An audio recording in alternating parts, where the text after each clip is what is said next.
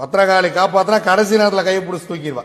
அந்த அம்மா வந்து சாமி பயங்கர டென்ஷன் பார்ட்டி சாமி. கோபம் எங்க அதிகமா வருகிறதோ அந்த இடத்தில் குணம் அதிகமாக இருக்கும். வாழ்க்கையில் எந்த பிரச்சனையா இருந்தாலும் சரி, ஒரே ஒரு நாள் போய் அடி எடுத்து வைங்க, பத்திரகாளிய போய் மண்டிட்டு வணங்கிட்டு வாங்க.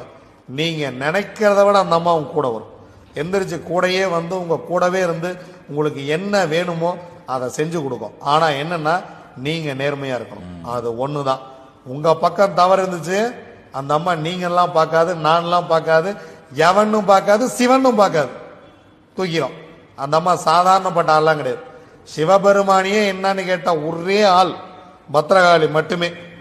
கடைசிய டெட்டன்ட் அந்த அம்மா தான் சாமி. என்னை காப்பாத்துறதுக்கு தெய்வமே இல்லை நீங்க முடிவு பண்ணீங்கன்னா கூட திக்கற்றவர்களுக்கு கடைசி துணை பத்திரகாளியே. நீங்க பத்திரகாளியை வணங்கிட்டு இருக்கிறவங்களுக்குலாம் தெரியும் அந்த அம்மா எப்படி வரும், எப்போ வரும் அப்படிங்கிற விஷயம். நீங்க பெருசா போய் அறுசுவை உணவு போட்டு படையல் போட்டு அப்படி வந்து நீங்க அலங்காரம்லாம் பண்ணி எல்லாம் கூப்பிட வேண்டாம். மண்டி போட்டு ஒரு துளி கண்ணீர்